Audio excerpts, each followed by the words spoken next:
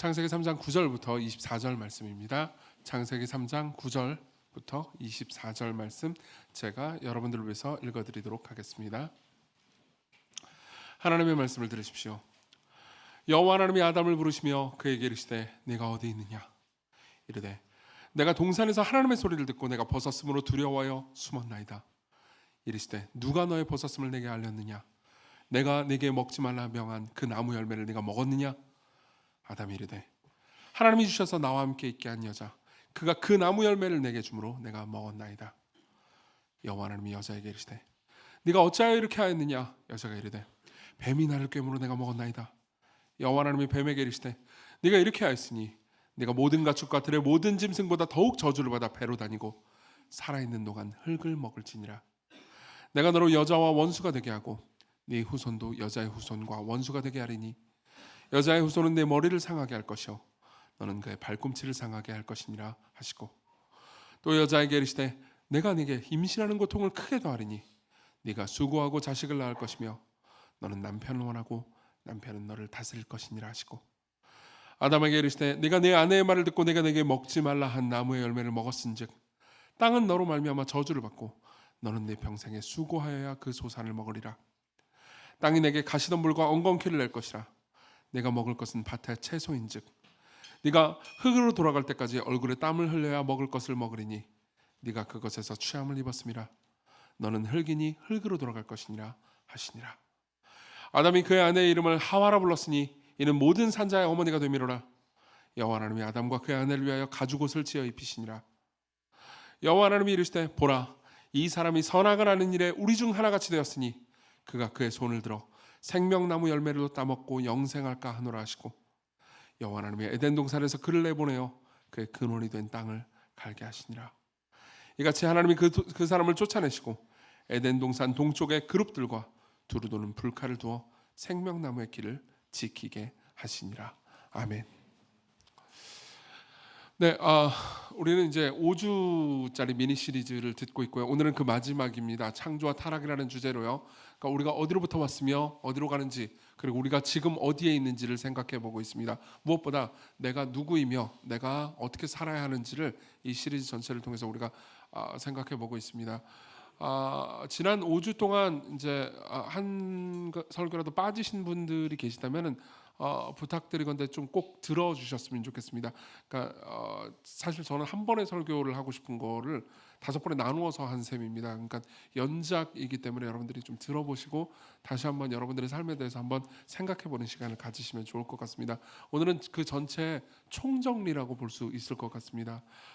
정리를 위해서요. 우리는 22절을 봅니다. 22절에 보면요. 이렇게 하나님께서 말씀하십니다.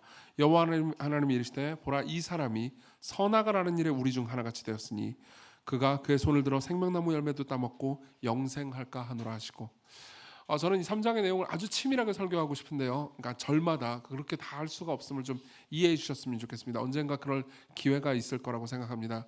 근데 간단하게 이 22절의 말씀을 설명하자면 이렇습니다. 참 혹시 여러분 좀 더우세요? 더워요? 좀 어떻게 좀 교역자 없어요? 네. 다 놀러 갔어. 작년부 저기가 있어가지고 네. 좀 더울 수 있으니까 에어컨을 좀 틀겠습니다. 추우면요 옷깃을 여며주세요. 어디까지 했죠? 22절에 보면요. 그러니까 이런 말씀이 있습니다. 이 사람이 그러니까 아담과 하와 전체를 가리킵니다. 선악을 하는 일에 우리 중 하나같이 되었다고요. 이게 도대체 무슨 말일까 싶으실 겁니다. 그러니까 실제로 선악을 하는 일에 하나님처럼 되었습니다. 왜 우리 중 하나인지 왜 이런 건지 다 설명할 시간은 없습니다. 근데 최고로 간단하게 표현하자면 이렇습니다. 그러니까 하나님이 선악을 아시는 것처럼 인간도 선악을 알게 됐지만 하나님이 아시는 것처럼 알게 된 건 아닙니다. 저게 무슨 소리지 싶으실 거예요. 보세요. 예를 한번 들어보도록 하겠습니다. 자, 어떤 의사가 있다고 합시다. 이 사람이 30년 동안 암을 전문으로 공부를 하고 연구하고 치료한 가장 탁월한 암 전문가 의사라고 합시다. 이 사람은 암을 알까요? 당연히 안다고 말할 수 있겠죠. 그렇죠? 이 사람은 암을 잘 알고 있습니다. 근데 어떤 환자가 있습니다. 이 사람은 암에 걸렸어요. 이 사람은 암을 알고 있나요? 당연히 알고 있죠. 암에 걸렸잖아요. 근데 이 사람이 암을 아는 것과 의사가 암을 아는 것과 환자가 암을 아는 것은 같지 않습니다. 그렇죠? 둘 다 암을 안다고 말할 수 있을 거예요. 하지만 둘 다 같은 방식으로 암을 아는 건 아닙니다. 환자는 절망적인 방식으로 암을 아는 거고요. 그리고 의사는 희망적인 방식으로 암을 알고 있는 거죠. 하나님은 악이 무엇인지 아십니다. 예, 선이 무엇인지도 아십니다. 근데 그게 그분이 악하다는 것을 의미하는 게 아닙니다. 근데 인간은요, 악해졌습니다. 악을 알게 됐어요. 그러나 악에게 나쁜 영향을 받는 방식으로 악을 알게 되었습니다. 그리고 하나님 입장에서는요, 이 인간을, 그러니까 악을 알아버린 이 인간을 이대로 내어버리고 이대로 계속해서 낙원에 두잖아요. 그럼 낙원이 더럽혀질 뿐만 아니라 이들도 소망과 구원이 없게 됩니다. 이들이 생명나무 열매를 원래 먹으라고 했던 열매예요. 그냥 먹어버리게 되잖아요. 그러면 이들은 잘못된 방식으로 영생을 누리게 될 겁니다. 그럼 어떻게 해야 되죠? 이들에게 생명나무 열매를 먹지 못하게 만들고 동산을 폐쇄하고 낙원으로부터 쫓아내는 거죠. 이것은 낙원을 보호하기 위해서가 아닙니다. 인간을 다시 소망의 낙원으로 이끌기 위해서 하나님께서 계획하신 거죠. 자, 그럼 그 가운데 어떤 일이 있었던 걸까요? 우리는 창세기 3장의 이 전체 내용을 몇몇 구절들을 생각해 봄으로써요, 이런 이야기를 할 겁니다. 인간이 지금 경험하고 있는 것이 이 본문을 통해서 어떻게 드러나는지 먼저 말씀드릴 겁니다. 그걸 소회라고 얘기할게요. 그 다음에 인간에게 하나님께서 주신 소망이 있습니다. 그게 무엇인지 말씀드릴 겁니다. 그리고 마지막으로 우리가 그것을 알게 되면 어떻게 세상을 살 수 있는지를 반격이라는 제목으로 설명을 해보도록 하겠습니다. 먼저 소회입니다. 먼저 9절 10절을 보도록 하죠. 9절 10절은 이렇게 말하고 있습니다. 여호와 하나님이 아담을 부르시며 그에게 이르시되 네가 어디 있느냐. 하나님께서 아담을 찾으십니다. 저번 주에 이 자리에 계셨던 분들은 들으셨겠지만 이 말은요, 그러니까 아담의 위치가 어디인지 모르겠다라는 하나님의 말씀이 아닙니다. 그러니까 하나님께서 아담을 찾으시고 아담이 마땅히 있어야 할 위치에 있지 않다라는 것을 질문의 형태로 물어보시는 거죠. 그러니까 10절에 이렇게 말하고 있습니다. 이르되 내가 동산에서 하나님의 소리를 듣고 내가 벗었으므로 두려워요 숨었나이다. 지난주 기억하십니까? 아담과 하와가 죄를 범했다는 것을 이제 서로 이해하게 됐습니다.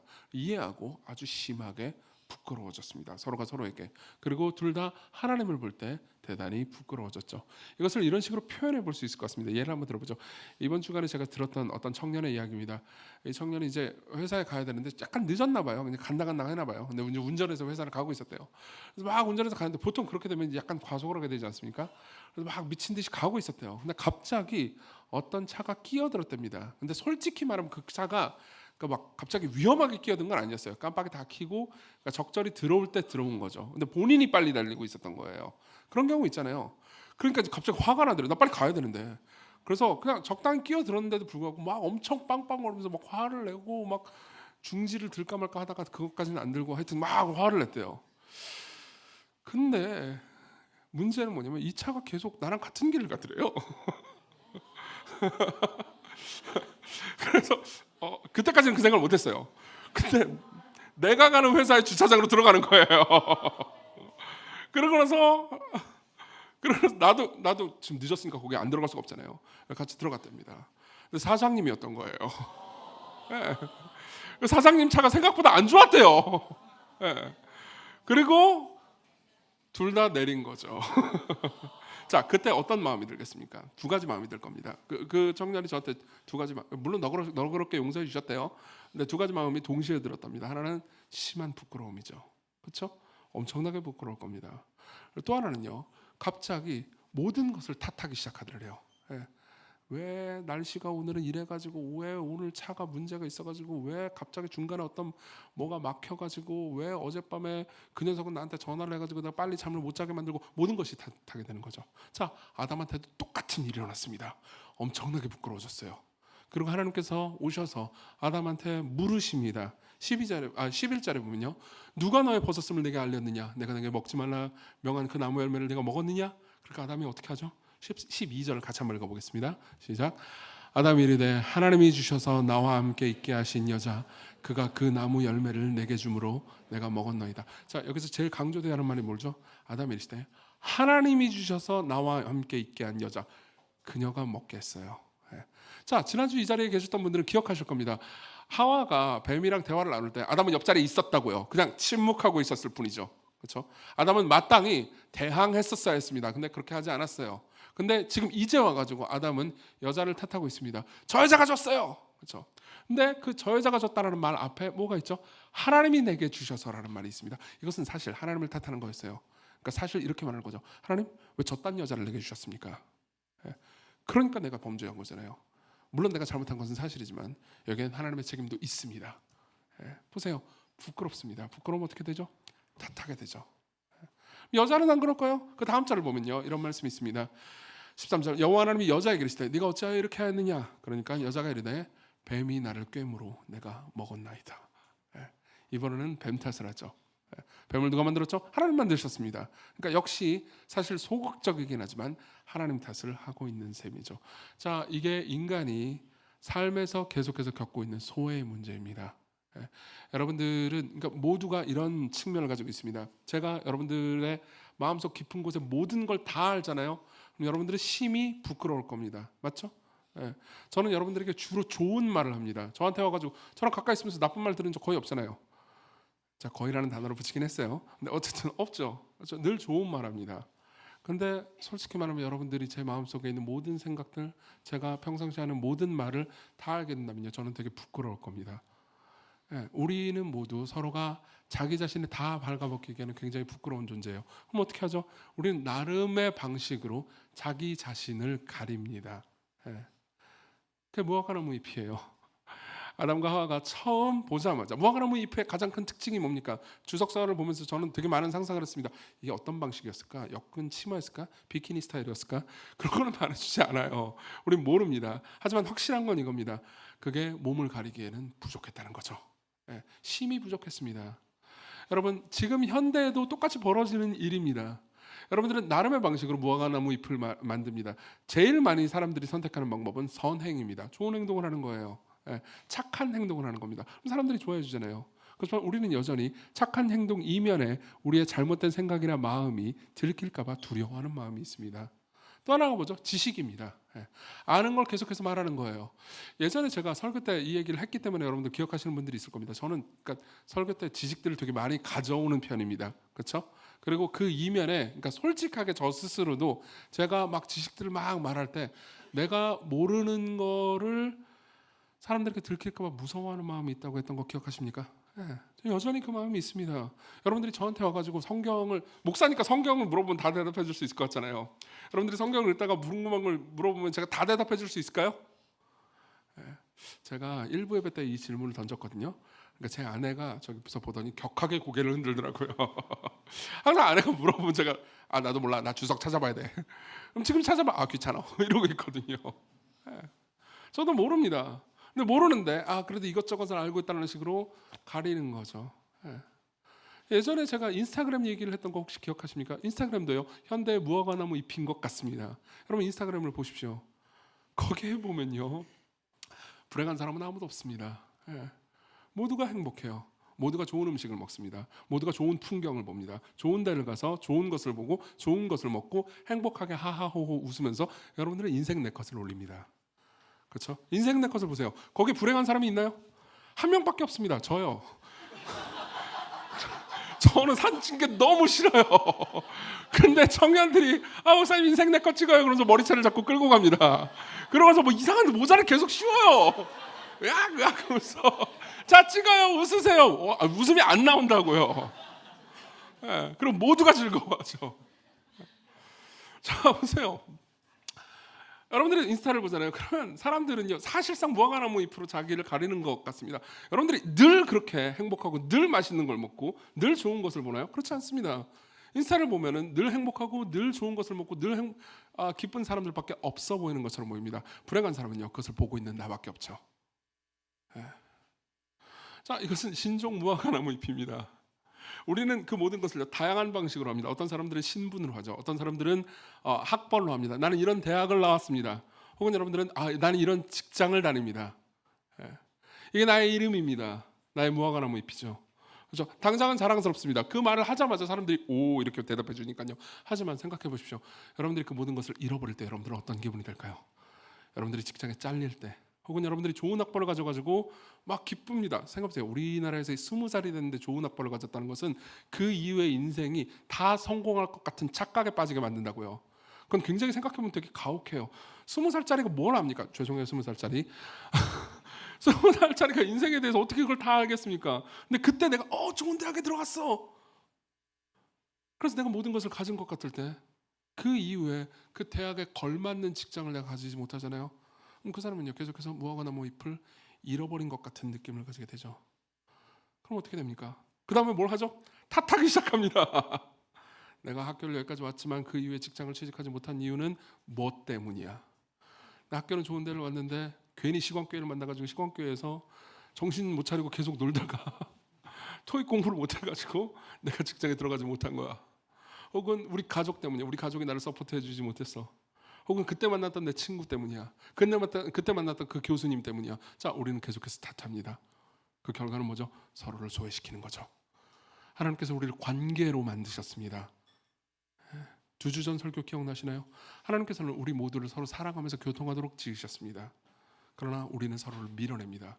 왜요? 부끄럽기 때문이죠. 부끄럽기 때문입니다. 또 다른 게 있습니다.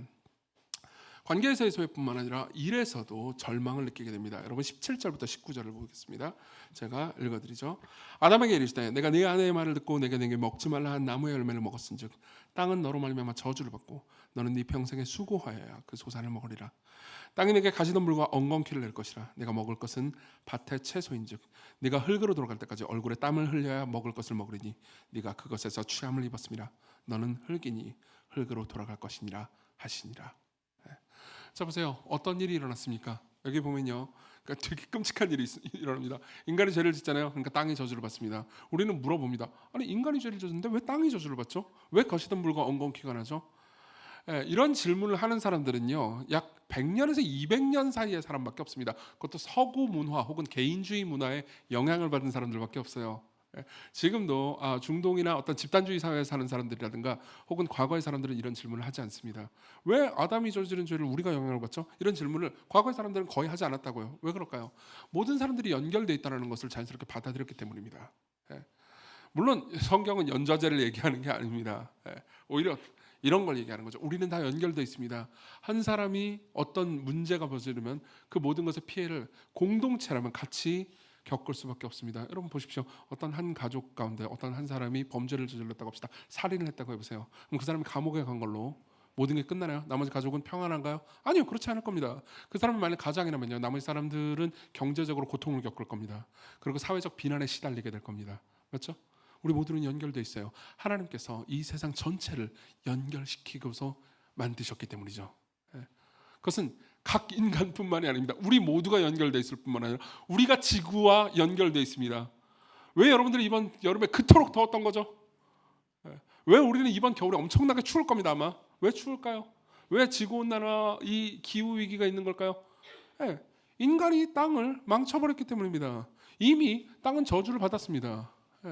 땅이 자동적으로 저주를 받았다기보다는 인간이 저주를 받았기 때문에, 인간이 타락했기 때문에 땅을 계속해서 저주스럽게 만들어버렸죠.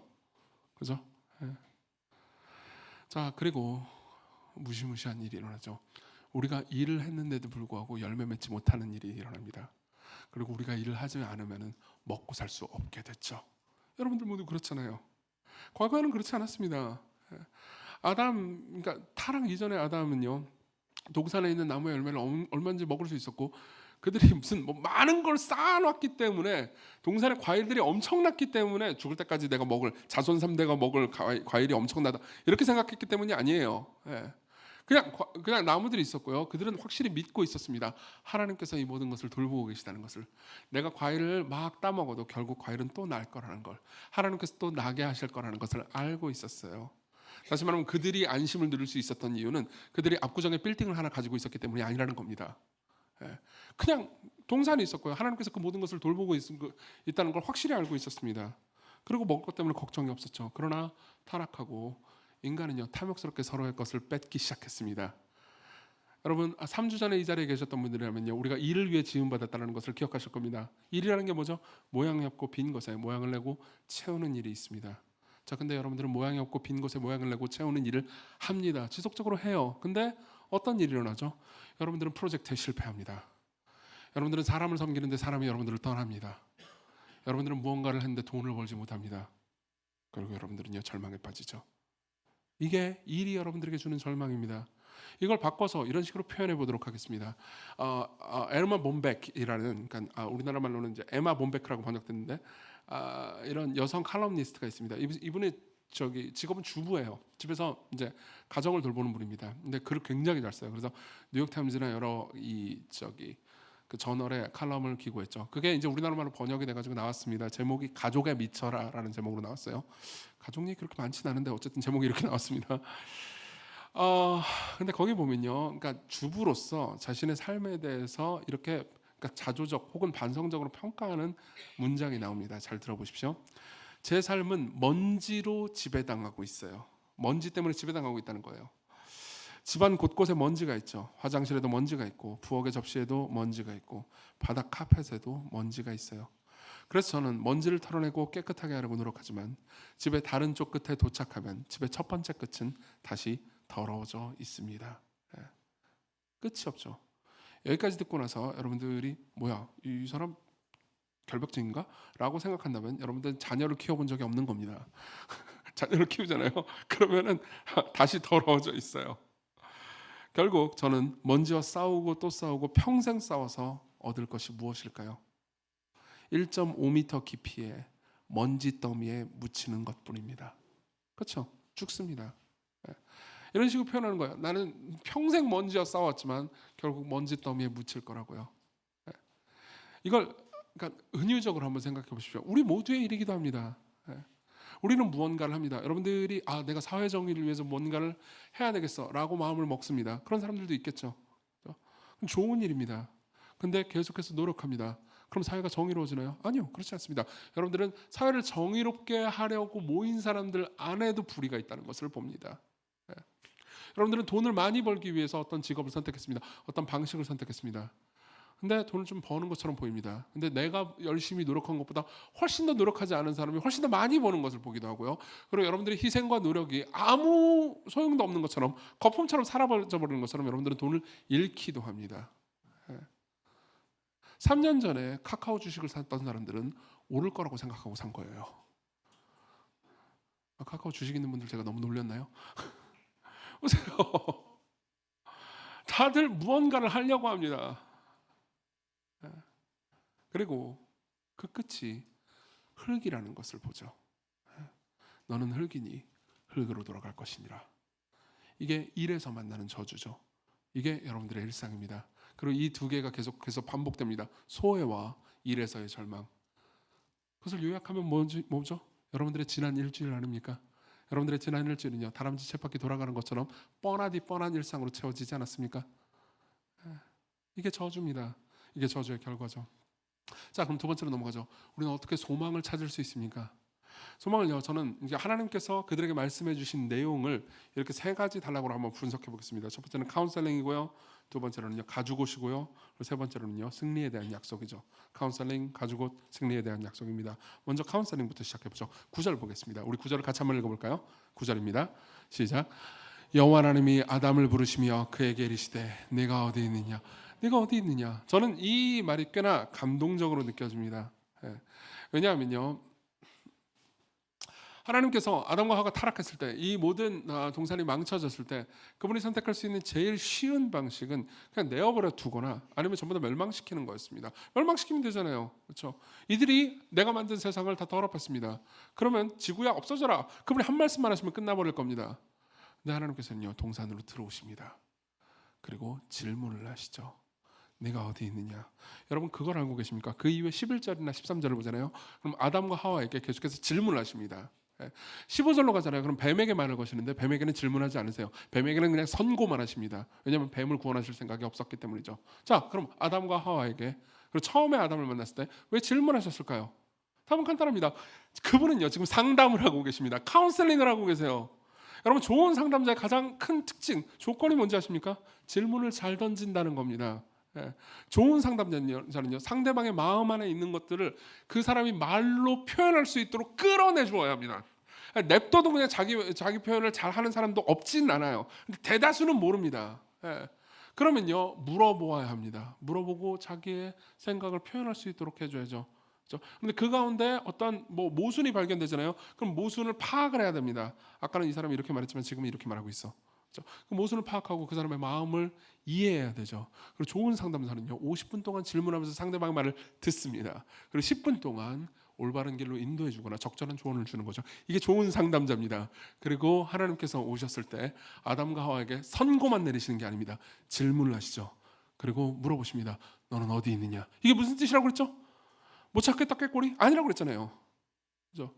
뭐죠? 너는 지금 마땅히 네가 있어야 할 곳에 있는 것 같지 않은데 넌 지금 어디 있느냐? 왜 너는 나를 피해서 숨느냐? 한번 생각해 보십시오. 어떤 사람이 아픕니다. 예. 어떤 사람이 이빨이 너무 아파요.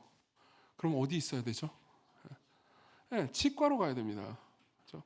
그런데 제 얘기예요. 지난주 이빨이 너무 아팠어요. 근데 할 일이 너무 많아. 아프든 말든 왜 이러고 있어요. 그럼 저는 제 사무실에 있으면 안 됩니다. 어떻게 해야 될까요? 예, 치과를 가야죠. 근데 게으른 저가 치과를 안 가고 계속 아파 이러고 있으면 어떻게 해야 되죠? 예, 좋은 의사가, 그런 의사는 없지만 제 방으로 쳐들어옵니다. 그리고 묻는 거죠. 정규야 너는 어디 있느냐? 일로 와. 끌려와가지고 누워. 입 벌려. 찡. 저 목요일날 치과 갔다 왔거든요. 네. 보세요. 제가 지난 몇 주간 선한 능력으로라는 노래를 불렀습니다. 이 노래 가사는 디트리 본회퍼라는 신학자가 지었다고 그랬죠. 본회퍼는 이 노래 가사만 지은 게 아니고 창세기 1장부터 3장에 주석을 쓴 적도 있습니다. 거기에 보면요, 아담아 네가 어디 있느냐라는 이 문구에 대한 굉장히 좋은 주석이 있습니다. 제가 읽어드리죠. 아담아 네가 어디 있느냐? 이 말씀의 의미는 무엇인가? 하나님께서는 도망치는 그를 멈추게 하신다. 그리고 말씀하신다. 숨음으로부터, 너의 자기 비방으로부터, 너의 은폐로부터, 너의 비밀로부터, 너의 자기 비판으로부터, 너의 타인을 원망하는 마음으로부터, 너의 헛된 후회로부터 나와서 네 자신에게 고백하고 네 창조주 앞에 나와서라. 이런 내용이에요. 우리가 죄를 짓잖아요. 우리가 부끄럽잖아요. 그럼 우리는 처음에는 자기를 비판합니다. 그리고 남을 탓하죠. 이 과정을 계속해서 반복하고 있고요. 아담도 그러고 있었던 겁니다. 아담도 남을 비판함과 동시에 자기를 탓하고 있습니다. 그리고 의사가 들어옵니다. 너는 어디 있느냐? 너는 나를 피해서 도망가면 안 된다. 너는 나를 피해가지고 무화과 나무 사이로 숨어서는 안 된다. 너는 내게로 와야 한다. 너는 의사가 필요하다. 그러고 나서 어떻게 하는지 아십니까? 그 다음에 아담에게 벌어질 일을 계속해서 말씀하십니다. 우리 아까 16절을 봤죠? 17절을 봤죠? 아담에게 이르시되 내가 내 아내를 받고 먹지 말라는 열매를 먹었으니까 너는 고통당할 거다. 그리고 16절에는요 굉장히 끔찍한 말이 있습니다. 우리 16절 같이 한번 읽어볼까요? 시작. 또 여자에게 이르시되 내가 내게 임신하는 고통을 크게 더하리니 내가 수고하고 자식을 낳을 것이며 너는 남편을 원하고 남편은 너를 다스릴 것이니라 하시고, 여러분 이 말을요 많은 사람들이 정말 오해합니다. 그래서 전 진짜로 이런 말을 들었어요. 어떤 사람이 그렇구나, 우리가 죄를 지어가지고 임신할 때는 고통스러워야 되는구나, 너는 고통스러워라 라고 하나님께서 마구 저주를 한 것처럼 생각을 합니다. 예. 그래서 임신할 때, 출산할 때는 절대로 무통주사를 맞으면 안 되는구나, 그런 의미가 아니라고요. 예. 여러분들이 이걸 보면서 무통주사는 죄악되군 이렇게 생각하면 여러분들은 성인이 글을 읽는 방식으로 글을 읽는 게 아니에요. 성인이 글을 읽으려면요 은유를 이해해야 된다고요. 무슨 의미죠? 보세요. 아까 일이 저주를 받았다고 말씀드렸죠? 그렇죠? 여성에게 있어서 여성이 할 수 있는 일, 즉 퍼포먼스의 최고봉은 뭐죠? 하나님의 형상을 낳는 겁니다. 오해하지 마십시오. 여자들은 아기나 낳아라 이런 얘기가 아니에요. 네. 그런 얘기 아닙니다. 하나님께서 여자에게 주신 최고의 특권 중에 하나는요 하나님의 형상을 낳도록 하는 거라고요. 네. 여러분들이 어떤 일을 해가지고 엄청난 퍼포먼스를 냈다면 굉장히 자랑스러울 겁니다. 그리고 마땅히 여성도 아이를 낳으면 굉장히 자랑스러워할 만한 일이라고요. 하나님의 형상을 낳은 거라고요. 근데 그 일이 행복하고 아름다워야 되는데 그 모든 일이 고통스러울 거라고 말하는 겁니다. 그것은 단순히 출산 통과를 의미하는 게 아니에요. 네. 아이를 낳고 키우고 하는 그 모든 과정이 서로가 서로를 계속해서 소외시키기 때문에 고통스러울 겁니다. 그리고 그 다음에 이런 말이 있죠. 너는 남편을 원하고 남편은 너를 다스릴 것이냐. 이 말은 번역이 아쉽습니다. 이 말을 가장 좋게 번역하는 방법은, 이 본문에 대한 자세한 해설은 제가 새가족반에 써놨거든요. 새가족반 보세요. 이 본문을 가장 적확하게 해석하는 방식은요 이렇게 번역하는 겁니다. 너는 남편을 잡아먹으려고 하지만 남편이 너를 잡아먹어 버릴 거야. 무슨 말이죠? 그렇게 저주를 했다는 의미가 아닙니다. 너희 둘 가운데 계속 싸움과 다툼이 있을 거라는 겁니다. 남녀 간의 다툼과 싸움과 미움이 있을 거라는 겁니다. 그럼 바꿔서 말하자면 이렇게 표현하는 거죠. 이게 남녀 갈등을 의미한다기보다 남녀 갈등도 의미하는 거죠. 이렇게 되는 거죠. 서로 가장 사랑해야 되는 대상이 서로를 향해서 으르렁거릴 거야. 여러분, 저와 여러분들은 서로 사랑해야 되는 대상입니다. 맞죠? 그렇게 생각하시죠? 근데 우리 사이에도 긴장이 있을 겁니다. 부부 사이에도 긴장이 있을 겁니다. 친구들 사이에 긴장이 있을 겁니다. 이 모든 이야기를 하나님께서 도대체 왜 하시는 걸까요? 답은 간단합니다. 준비시키는 겁니다. 준비시키는 거예요. 그들은 이제 고통을 당할 겁니다. 그들이 저지른 죄 때문에 그들은 앞으로 계속해서 고통을 당할 거예요. 그리고 그 모든 것들을 이야기해 줌으로써요, 하나님께서는 아담과 하와를 밖에 나갈 준비를 하시는 겁니다. 그들은 이제 동산에서 쫓겨나야 합니다. 그럼 하나님께서는 그들을 준비시키고 싶습니다. 그들이 자녀를 낳아도 자녀도 똑같이 죄를 지을 거예요. 그리고 그 모든 것을 보면서 그들이 고통당할 것에 대해서 미리 말씀해 주시면서 준비시키는 거죠. 여러분, 이게 기독교인이 경험할 수 있는 최고의 특권 중에 하나라는 것을 알고 계십니까? 여러분들이 기독교인이라면, 그리고 매주 주일에 와서 하나님의 말씀을 듣잖아요. 그럼 여러분들은 항상 죄에 대한 지식을 듣게 됩니다. 물론 구원과 은혜에 대한 지식을 같이 듣게 되죠. 근데 중요한 건요, 여러분들은 죄에 대해서 듣게 됩니다. 그리고 사람들은 그것을 싫어합니다. 우리를 자꾸 죄인이라고 말하는 기독교가 싫어라고 생각하지만요, 여러분들이 죄에 대해서 잘 알고 있잖아요. 그럼 여러분들이 가장 좋은 게 뭔지 아십니까? 여러분들은 세상에 가공할 만한 악과 절망을 보고서도요, 그렇게 절망하지 않습니다. 여러분들은 때로 인내해낼 수가 있습니다. 이게 되게 중요한 부분이에요. 여러분들은 아주 절망하지 않는다고요. 2차 세계대전으로 돌아가 보죠. 그때 사람들은요, 가공할 만한 악을 보았습니다. 히틀러가 단순히 인종이 유대인이라는 이유만으로 사람들을 600만 명이나 죽이는 것을 봅니다. 그리고 사람들은 경악했어요.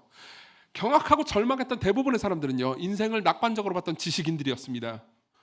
인류를 낙관적으로 봤던 지식인들이었어요. 인류는 선하고 인류는 해낼 거라고 생각했던 사람들은 모두 절망했어요. 그러나 기독교인들은 절망하지 않았습니다. 도로시 세이어스라는 사람이 있어요. 이 사람은 소설가인 동시에 기독교인이었죠.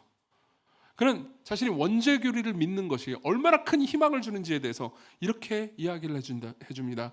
사람들은 절망하지만 그리스도인들의 경우는 이와 다르다고요. 그리스도인도 다른 이들처럼 크게 충격을 받고 슬퍼할 수 있지만 경악과 절망에 빠지지는 않는다. 인간 본성 자체에 대해서 그렇게 높은 견해를 가진 적이 없기 때문이다. 그는 인격의 중심에 깊은 균열이 있다고 늘 생각해왔으며, 법이란 것도 인간이 만드는 것이고 따라서 불완전하고 자기 모순적인 인성의 산물이므로 국회의 결의안 따위로 사람을 선하게 만드는 것이 불가능하다는 것을 알고 있다. 여러분들이 죄에 대해서 알게 되잖아요. 그럼 여러분들이 죄에 대해서 얕게 알면, 와, 저 사람은 나쁜 짓을 했으니까 저놈은 나쁜 놈이고 나는 착하니까 나는 착한 사람이지, 이렇게 생각하지 않아요. 여러분들이 죄에 대해서 ят게 알고 있다면 그렇게 생각하죠. 얕게 알고 있다면, 여러분들이 죄에 대해서 얕게 알고 있잖아요. 그러면 나는 기독교인이니까 착한 사람이고 저 새끼, 죄송해요, 저분은 불신자니까 나쁜 놈이지, 이렇게 생각하게 된다고요. 죄에 대해서 얕게, 내가 왜 이렇게 목문을 많이 쓰지? 근데 여러분들이 기독교인이잖아요. 다시 말하면 여러분들이 진짜 죄에 대해서 깊이 알고 있잖아요. 그러면요, 살인을 범한 사람을 보면서 저건 진짜 악이야 라고 말하는 동시에 살인을 범한 사람의 살 의가 내 안에도 있다는 걸 합니다. 그렇죠? 그러면서 사람들을 보면서 옳고 그름을 분명하게 가리고, 옳은 것은 옳은 것이라고, 잘못된 것은 잘못된 것이라고 말할 수 있는 용기를 가진 것 동시에 자기 자신을 자랑하지 않습니다. 그리고 그런 일이 일어나는 것을 때문에 절망하지 않습니다. 때로 교회 안에도 악이 들어와 있다는 것을 보면서 이 교회는 쓰레기고 다 한국 교회 다 썩었어, 이렇게 말하지 않는다고요. 여러분들은 죄를 봅니다. 여러분들은 준비되어 있죠. 그 카운셀링을 받은 사람의 삶이에요. 여러분들이 하나님과 더불어서 카운셀링을 받았다면, 다시 말하면 매주 설교를 통해서, 여러분들이 성경을 통해서 하나님의 말씀을 들어서 죄에 대한 지식을 깨달았다면요, 여러분들이 세상을 보면서 그렇게 절망하지 않습니다. 인간을 보면서 아주 인간에 대해서 비관적으로 생각하지만 인간을 만드시고 인간을 이끄시는 하나님에 대해서 최대한 희망적으로 생각하게 되죠. 자, 그럼 그 다음은 뭘까요? 가죽옷입니다. 우리 21절을 같이 읽어봅시다. 21절입니다. 시작. 여호와 하나님이 아담과 그의 아내를 위하여 가죽옷을 지어 입히시니라. 자, 가죽옷은 무슨 의미일까요? 여기서 되게 중요한 부분이 있습니다. 가죽옷을 입혔다라는 것에서 우리는, 그러니까 무화과나무 잎과 가죽옷을 대비해야 됩니다. 가죽옷이라고 번역된 이 옷이라는 단어는요, 히브리어로 캐토넷이라는 단어인데요, 이 단어는 특징이 있습니다. 이 단어는요, 온몸 전체를 덮는 옷입니다. 무화과나무 잎의 특징은요, 몸의 일부밖에 가리지 못한다는 거예요. 일부밖에 가리지 못하는 존재에게 가죽옷을 입혀줬다. 이게 뭘 의미합니까? 보세요.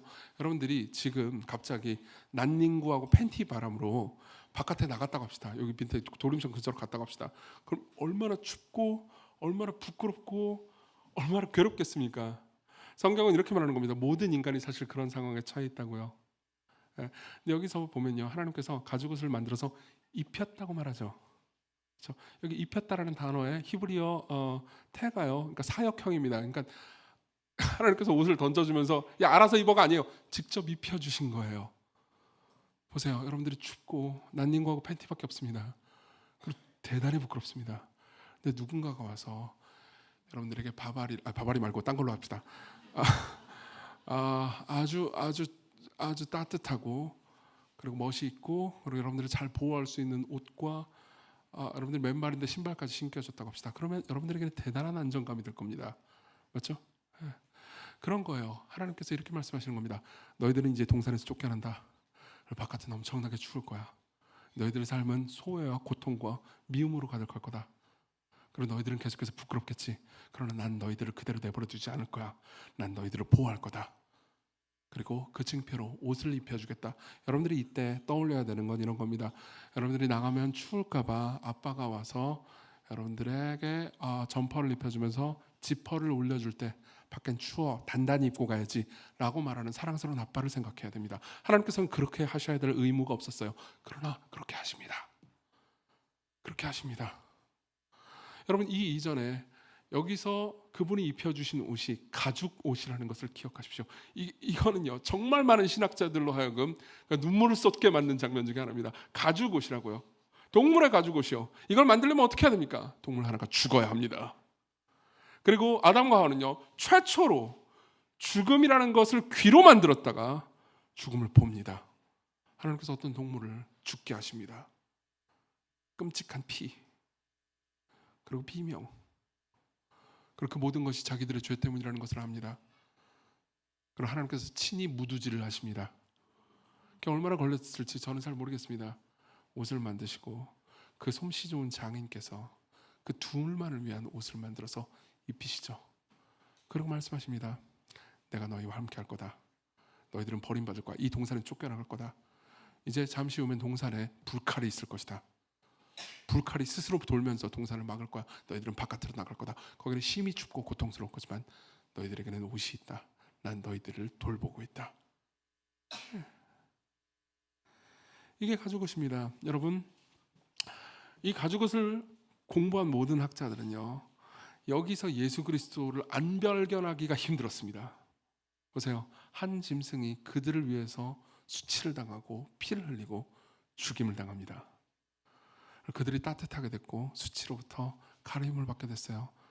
여러분 이 모든 이야기에 진실을 다 알고 있는 신약의 저자들은 뭐라고 말하는지 아십니까? 바울 같은 경우는 갈라디아서에서 이렇게 얘기합니다. 갈라디아서 3장 27절 누구든지 그리스도와 합하기 위해 세례를 받은 자는 그리스도로 옷 입었느니라. 그리스도로 옷 입었느니라. 그분이 여러분들의 옷이래요. 여러분 저를 봐주십시오. 졸린 사람들 저를 잠깐 봐주세요. 제가 몸이 더러울까요? 깨끗할까요? 물론 저도 씻고 다녀요. 깨끗해. 근데 안에 때가 꼬질꼬질할 수도 있죠. 그러나 여러분들은 저를 제 몸에 더러운 걸 보지 못합니다. 왜죠? 옷을 입었잖아요. 옷이 깨끗하잖아요.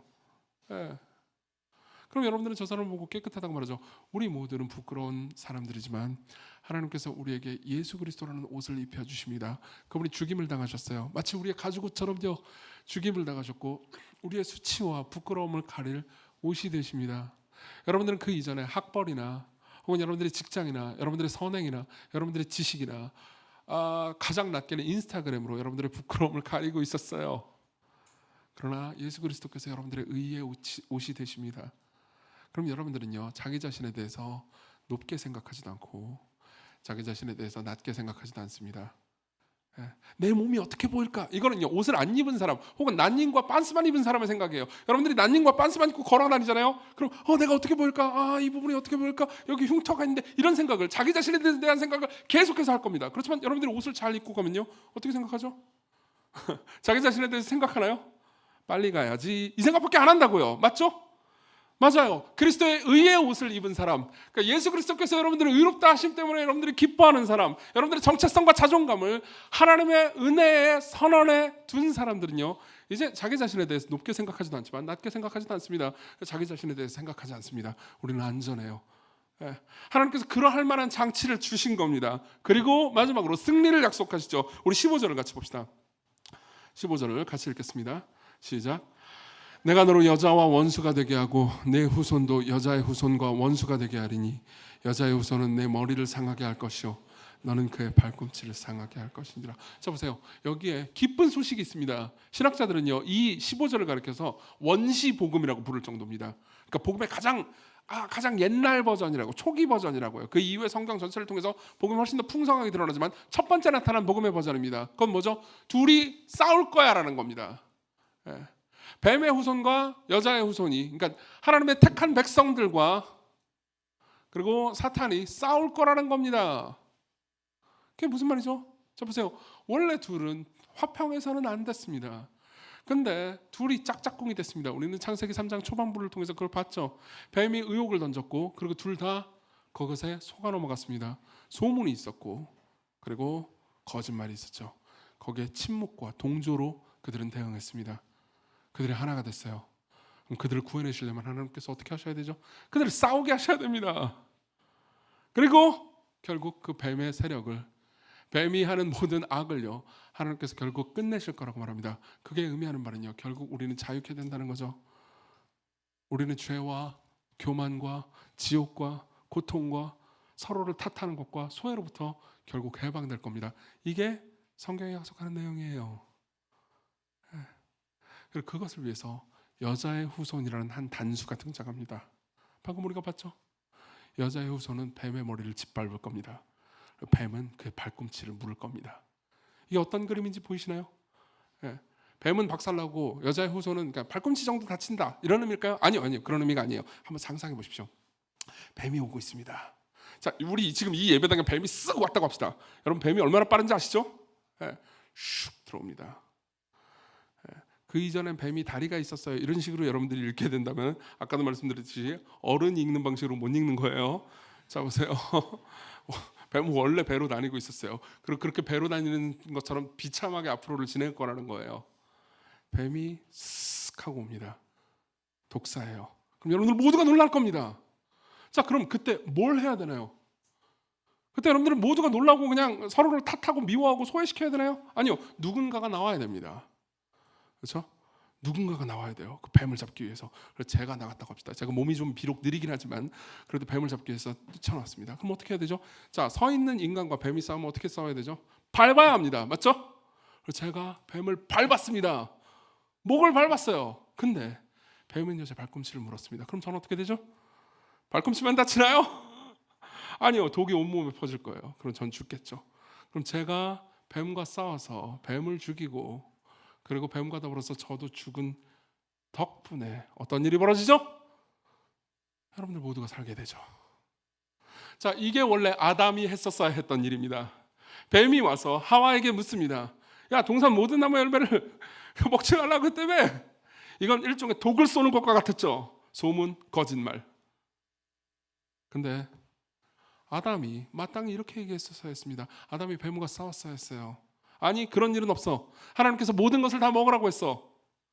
그러나 아담은 비겁하게 싸우지 않았습니다. 그냥 가만히 있었죠. 그래서 새로운 아담이 오실 거라고 말하는 거예요. 여자의 후손이, 다시 말하면 여자의 후손이라고밖에 말할 수 없는 어떤 한 사람이 올 겁니다. 새로운 아담이 올 거예요. 그리고 그 새로운 아담이 뱀과 싸울 겁니다. 그리고 그 뱀은 죽을 거예요. 그리고 그 새로운 아담도 죽을 겁니다. 여러분, 여자의 후손이라고 말할 수밖에 없는 사람이 있다는 걸 아십니까?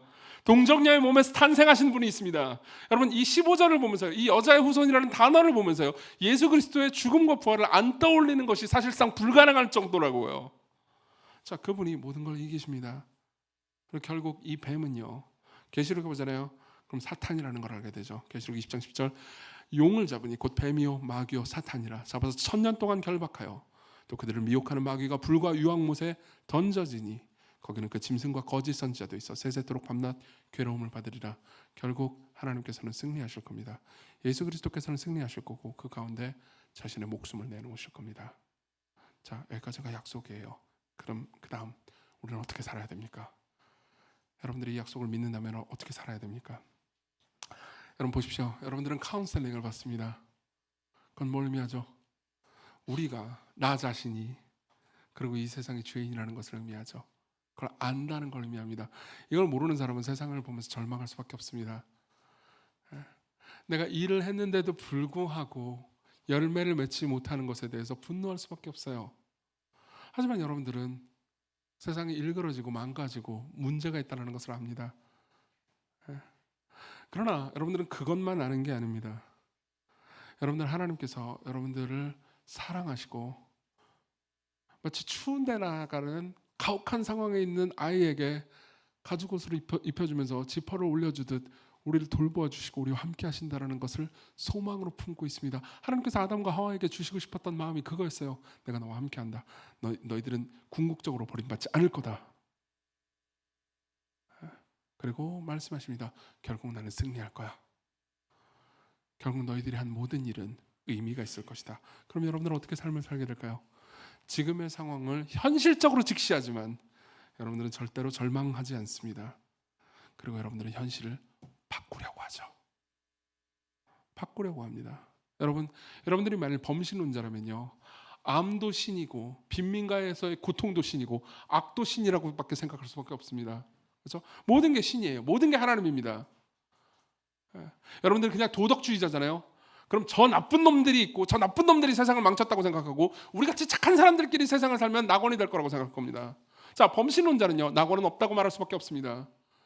도덕주의자는요, 저 나쁜 놈들을 죽여야 우리끼리 낙원을 만들 수 있다고 생각합니다. 그리스도인들은 완전히 다르게 생각합니다. 그리스도인들은 우리가 낙원을 망쳤다고 생각합니다.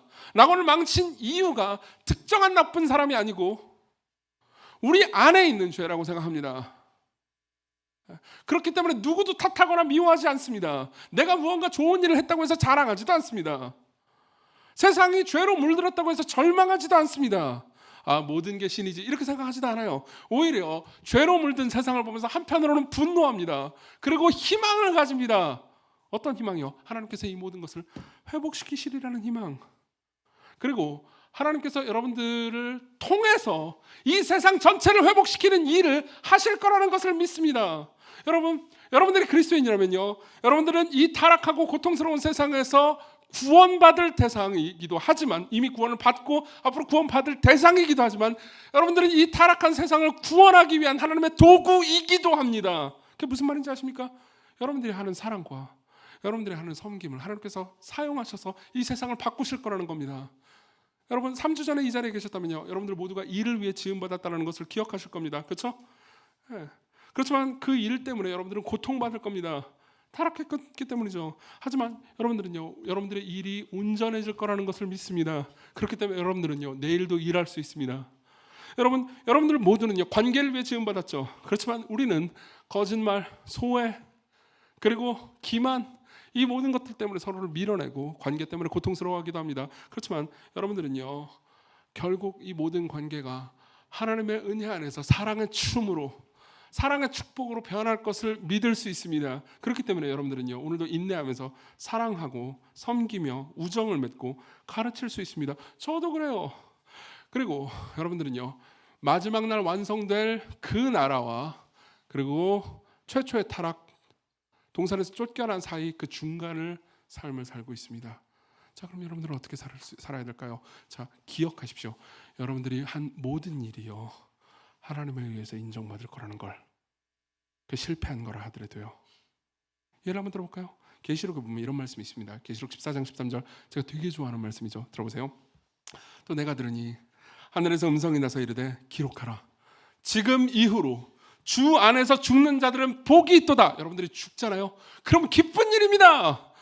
죽음은 결코 슬픔이 아닙니다. 죽음은 제대와 같습니다. 군대에서 제대할 때 여러분들 슬퍼하는 사람이 있나요? 제가 군대에서 제대할 때 얼마나 좋아했는지 아십니까? 군대에서 제대하는 것과 같습니다.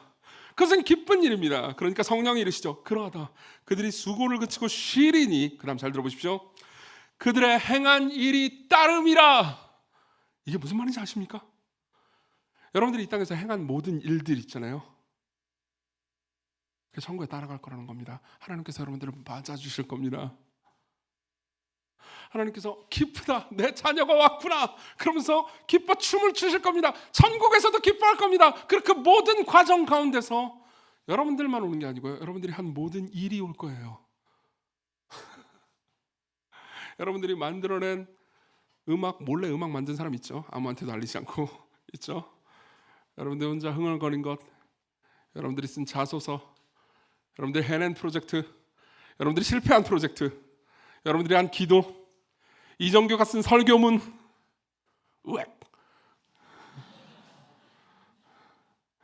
여러분들이 남몰래 한 좋은 선행, 사람들을 변화시키기 위해서 여러분들이 한 기도, 여러분들이 집에서 주부라면요, 먼지를 턴 것들. 이 영역에 있어서 가장 깊이 있는 탐구를 한 사람이 있습니다. 프랜시스 나이저 리라는 개혁신학자입니다. 이 사람은요, 여기에 대해서 굉장히 아름다운 책을 하나 썼는데 거기에 보면 이런 표현이 있습니다. 열국의 영광과 존귀를, 또 땅의 모든 사람들의 문화적인 보화를, 미합 중국의 엄청난 기계공학과 상업적 품목들, 독일과 러시아의 음악, 고대 그리스의 예술, 또 스페인, 프랑스, 네덜란드, 이탈리아의 예술, 일본과 영국, 남서부 등지의 우아한 정원들, 페르시아와 아프가니스탄의 으리으리하게 아름다운 양탄자들, 아프리카 주민과 아이레인들의 민속들, 부시맨들이 바위 위에 그린 그림들, 또한 베토벤, 바흐 등의 음악, 렘브란트와 콘스타블, 다빈치의 그림들, 괴테, 밀튼, 유진 머레이즈의 시들, 루터, 칼뱅, 아우구스티누스와 워필드의 신학 등 이 모든 것들이 죄성 있는 현재 첨가물로부터 깨끗하게 되어 새 예루살렘의 홀과 박물관 등에서 영원토록 전시되고 즐겨지며 관람되고 경청될 것이다. 여러분, 제가 이 글을 너무 좋아하는데요, 저는 이 글에 불만이 있습니다. 일단 한국에 안 들어갔어요. 그리고 엄마가 가족을 위해 해줬던 요리들과 양육들과 교육들이 빠졌고요. 여러분들이 한 회사에서 한 일과 만든 포트폴리오들과 해냈던 프로젝트들과 실패한 프로젝트들과 여러분들이 한 과제물과 밤에 썼던 일기와 구직자들이 쓴 자기소개서와 이력서와 수험생의 공부들이 다 빠졌습니다. 그 모든 것들이 들어갈 겁니다. 그 모든 것들을 가지고 들어갈 때 여러분들은요, 여러분들이 만들어낸 그 초라한 모습과는 완전히 달라진 완성된 형태의 무언가를 보게 됩니다. 여러분들은 진짜 낙원을 보게 된다고요. 재밌는 게 뭔지 아십니까? 창세기 초반부에 생명나무가 있습니다. 그리고 계시록 마지막 장에도 생명나무가 있습니다. 여러분들은 결국 생명나무를 먹고 영생하게 될 겁니다. 그리고 창세기 초반부에 겨우 조그만한 동산이었던 것이 계시록 마지막에 보잖아요. 그럼 엄청난 도시가 등장합니다. 새 예루살렘 성입니다. 그리고 거기서 여러분들은 어떤 일을 겪게 되는지 아십니까? 만국이 그 빛 가운데로 다니고 땅의 왕들이 자기 영광을 가지고 그리로 들어가리라. 여기서 땅의 왕들은 누굴 가리킬까요? 여러분들을 가리킵니다. 여러분들 그리스도인이라면요, 하나님께서 보시기에 왕 같은 제사장들이고, 여러분들은 자기의 영광, 여러분들이 한 일들 있죠, 여러분들이 한 사랑들, 심지어 실패한 사랑이라 하더라도 그 모든 것들을 가지고 들어갈 겁니다. 여러분, 헤어진 연인이 있습니까? 그 사람을 보면 분노하고 짜증만 납니까? 아니요, 그때 여러분들이 했던 좋은 일도요, 하나님의 기억 안에 있을 겁니다. 여러분들의 수치와 부끄러움은 사라진 채로요, 여러분들이 이 땅에서 흘렸던 모든 수고와 눈물과 그리고 희생과 고통은요, 위로를 받을 겁니다. 여러분들이 지금 이 땅에서 한 일은요, 무의미하지 않습니다. 여러분들 그 일을 위해서 지음받았어요. 그리고 성경은 여러분들에게 이렇게 약속합니다. 내가 들으니 보좌에서 큰 음성이 나서 이르되 보라, 하나님의 장막이 사람들과 함께 있음에 하나님이 그들과 함께 계시리니 그들은 하나님의 백성이 되고 하나님은 친히 그들과 함께 계셔서 모든 눈물을 그 눈에서 닦아주시니 다시는 사망이 없고 애통하는 것이나 곡한 것이나 아픈 것이 다시 있지 아니하리니 처음 것들이 다 지나갔음이로라.